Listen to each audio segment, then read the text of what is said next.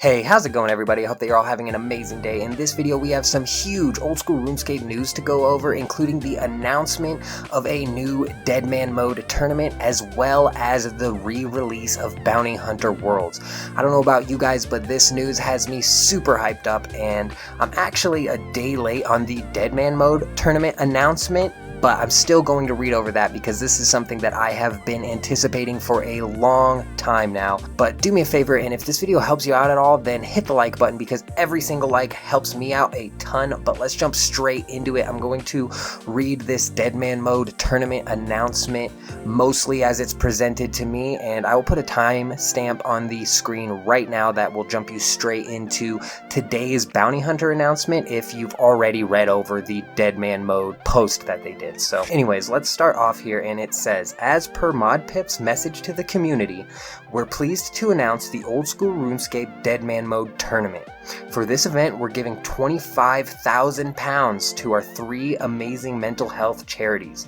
They're doing this and tying it all together with the hashtag #PlayApartTogether Global Games Initiative to support the physical distancing that we're all having to do right now. I'm going to skip over the part where they talk about what the Deadman mode tournament is, because I'd imagine that if you're watching this video, you already know what Deadman mode is. So let's move straight on to when the Deadman mode tournament will be starting, which is they will be opening up Friday, May 1st at 1300 BST or 8 o'clock Eastern Time. The tournament will end on Saturday, May 30th, following the beginning of the permadeath stage, which begins at 1900 BST or 1400 Eastern Time. Anybody who has membership can participate in this tournament, and in addition to the hefty £25,000 they're giving to the incredible charities, they're also giving away cash and some really truly amazing hardware prizes. So the player that comes in first place is going to receive $1,000 US and a spec'd out computer, as well as an Intel swag bag and 1 year of old school RuneScape membership.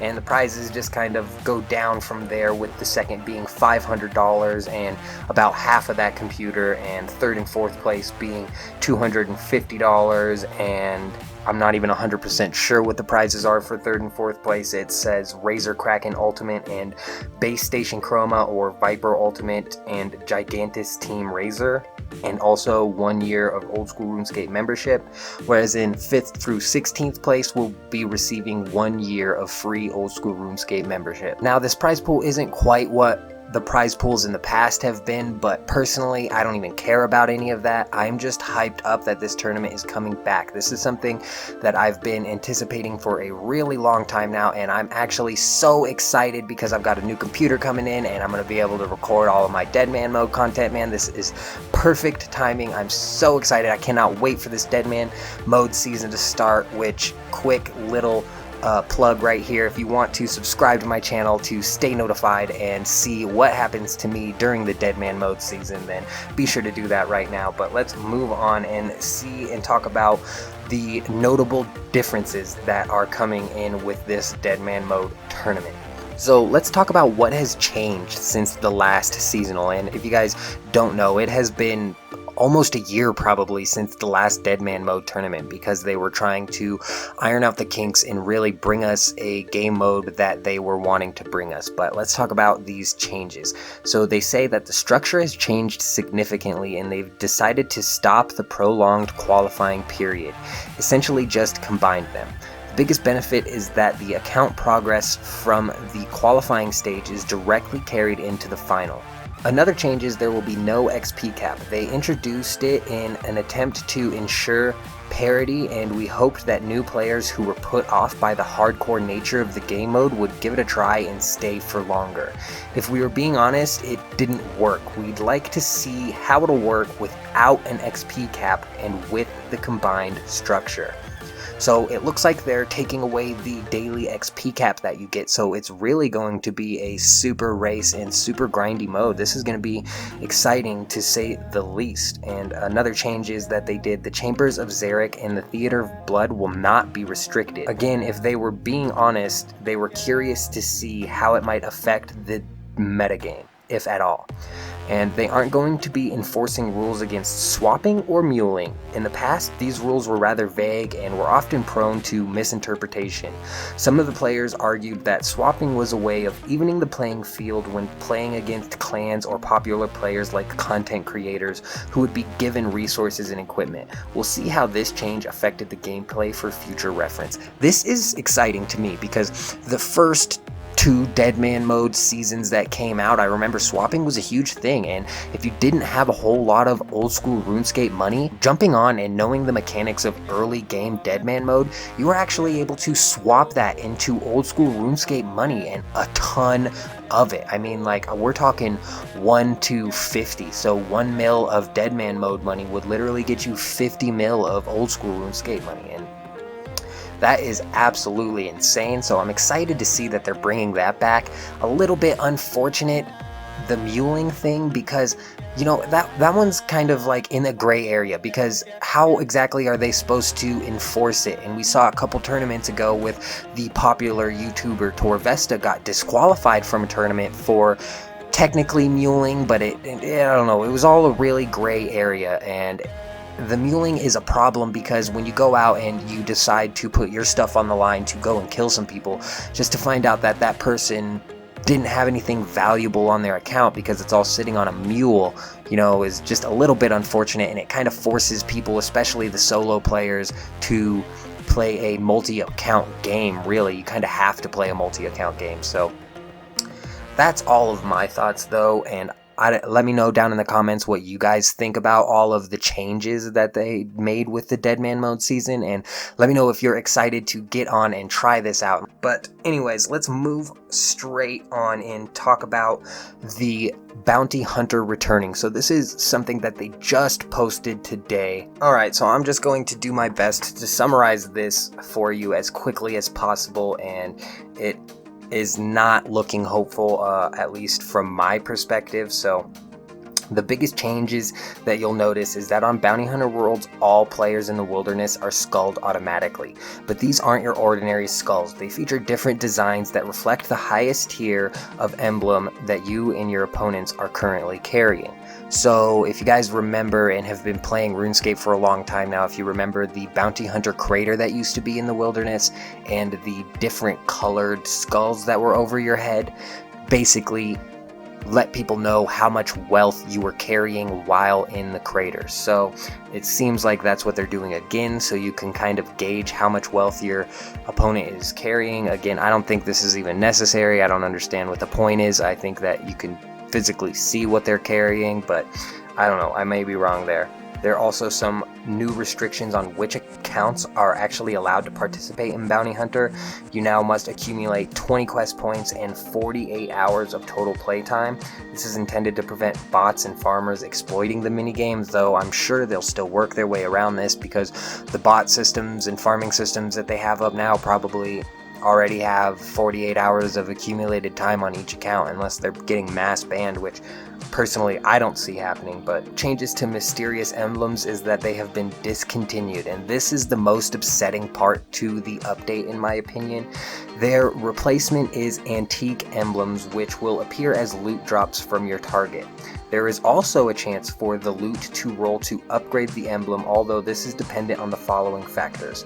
So I take back what I said 30 seconds ago because I read over this wrong. Initially, I thought this was moving back into the old Bounty Hunter system where you wouldn't even necessarily get the loot that your opponent was risking. So if somebody died in full Durox, you wouldn't get full Durox. Just it would like roll off of a table depending on the amount of wealth that he was carrying, and then it was totally random, and you could end up potentially getting only 150k from killing somebody who was risking 3.5 million set of Durox. But anyways, moving on, their replacement is antique emblems, which will appear as loot drops from your targets, and those can get upgraded, and it's dependent on these factors: your target's combat level. Higher level targets will drop better rewards. The highest tier of emblem you're currently carrying, again, the more you risk, the more prizes you'll get. Whether or not the kill took place in a hotspot, bear in mind that these will only apply to the first kill in that hotspot to prevent farming, and whether the kill completed a task. So all of those could potentially upgrade your antique emblem, if you will. Moving on though to the rewards, which is good. I mean, there's a lot of good to come out of this post, and I'm excited about it, but there's also a lot of things that upset me, and I'll talk about that after I read over this. But some of the things that they added were Blighted Foods. These foods now heal the same as their non-blighted counterpart, but can only be eaten in the wilderness, and that's the Blighted Manta Ray, Blighted Anglerfish, and the Blighted Karambwan. I don't know exactly what that purpose would serve, besides potentially taking away the rewards. Like, so I think I didn't play when they reworked Bounty Hunter just recently because it was so bad, but I believe that people were getting manta rays and anglerfish and karambwan as loots from the table, or it was buyable from the shop or something, which would totally tank the skilling market, which old school RuneScape has just been tanking for years now, but that's a whole nother story. So moving on to Blighted Potions, which is basically the same thing. An exciting one though is Blighted Spell Sacks. These sacks will act as a stand-in for the runes used in their respective spells, but only inside of the wilderness. So you can use these sacks as runes, which will save up some inventory space, which is pretty sweet. Promissory notes. So apparently these notes can be exchanged for an item listed at any bank, provided that you don't already have one of the items promised. If you do, you can always trade the note away or keep it for when you need it, and that's the looting bag promissory note and the rune pouch promissory note. So that's how they decided to bring those back into the game without having to tie them in to the reward shop specifically. Moving on to probably the most exciting reward to come out of this Bounty Hunter rework, and that is the Blighted Vesta Longsword. This is an untradeable weapon which will require 75 attack to equip, and upon purchase it will be in an inactive state. You must then use 50 million coins on the longsword to turn it into a usable weapon. Once activated, the sword does not have charges or degradation mechanics, so once you pay the 50 million, you're good to go, but can only be used in the accursed lands of the wilderness on Bounty Hunter worlds. If you die in PvM with the sword, it will remain on your person. But if you die in PvP and the sword is not one of your protected items, it will be deleted and the PKer will receive the 50 million coins. That's sweet. That's really cool. I'm excited about that. I think they did it in a really good way. I just wish that they would have brought in Morrigan's javelins. I'm kind of sick of them catering to melee, and they've always catered to melee, and Morrigan's javelins back in the day were a ranged weapon that were so much fun to use. I loved using these things, and I wish that they would bring those back, and who knows, maybe in a future update they will. They're kind of probably just testing the water here, of course, but at least they're doing something, because it's been weeks with no Bounty Hunter, man, and I've honestly just had no drive to play the game at all. But come May 1st, when this Deadman season starts, man, I am going to be playing like crazy. I probably actually am going to get on today and start warming up my skills. It's been so long, but that's all the information that I have for this video. I hope you guys enjoyed. If it helped you out at all, then please help me out by hitting the like button, and let me know down in the comments which one of these you're more excited for, whether it be the Bounty Hunter rework coming back into the game, reworked again, or the Deadman Mode Tournament finally coming back. I gotta tell you, I'm excited about the Deadman Mode Tournament, but that's all for me. I hope you all have an amazing day. I'm out.